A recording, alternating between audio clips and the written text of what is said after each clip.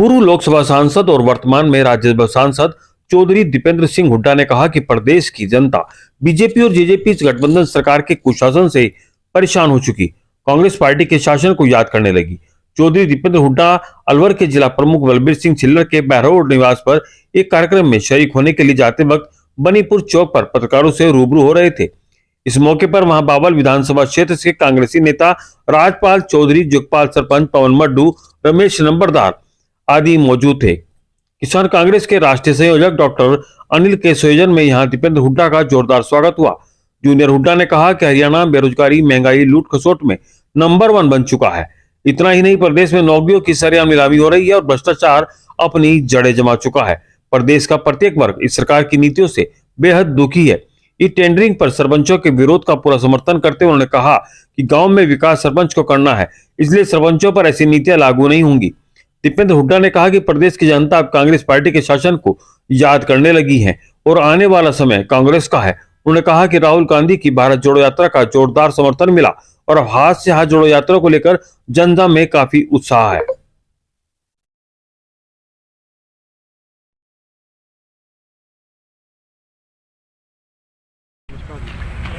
Sir, Congress की भारत जोड़ो यात्रा के बाद अब हाथ जोड़ो यात्रा शुरू हुई है, तो हरियाणा में कितना प्रभाव रहेगा इसका? हाँ, देखिए, मैं समझता हूँ कि भारत जोड़ो यात्रा में हरियाणा में देश में सबसे ज़्यादा लोगों का साथ और समर्थन इस यात्रा में हरियाणा में मिला। उसका कारण है कि हरियाणा के लोग बीजेपी की सरकार से दुखी हैं और बदलाव चाहते हैं। हरियाणा में आज देश में सबसे ज़्यादा बेरोजगारी, सबसे ज़्यादा महंगाई, भ्रष्टाचार और आपस के भेदभाव की राजनीति हरियाणा में चली। बीजेपी की सरकार में कुछ काम हुए नहीं, लोगों के ना विकास कार्य हुए ना लोगों के काम।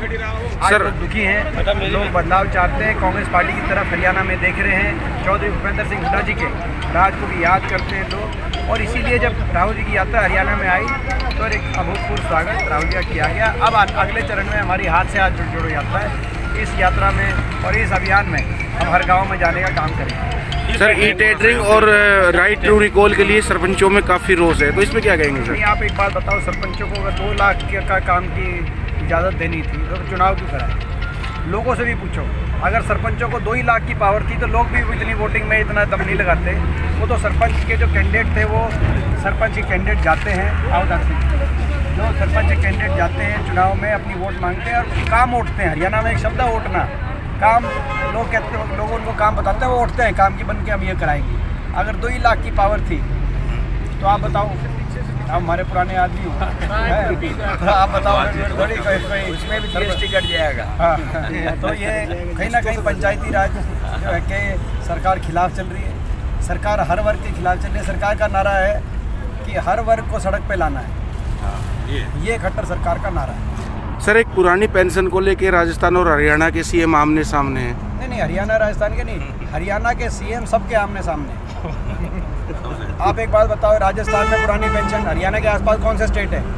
राजस्थान पुरानी पेंशन लागू, हिमाचल में कांग्रेस की सरकार पुरानी पेंशन लागू, पंजाब में पुरानी पेंशन लागू, दिल्ली में पुरानी पेंशन लागू। और हरियाणा के सीएम ये कह रहे हैं कि व्हाट्सएप पे उनके पास एक खबर आई है कि पुरानी पेंशन लागू हो जाएगी तो 2030 तक बहुत खर्च बढ़ जाएगा।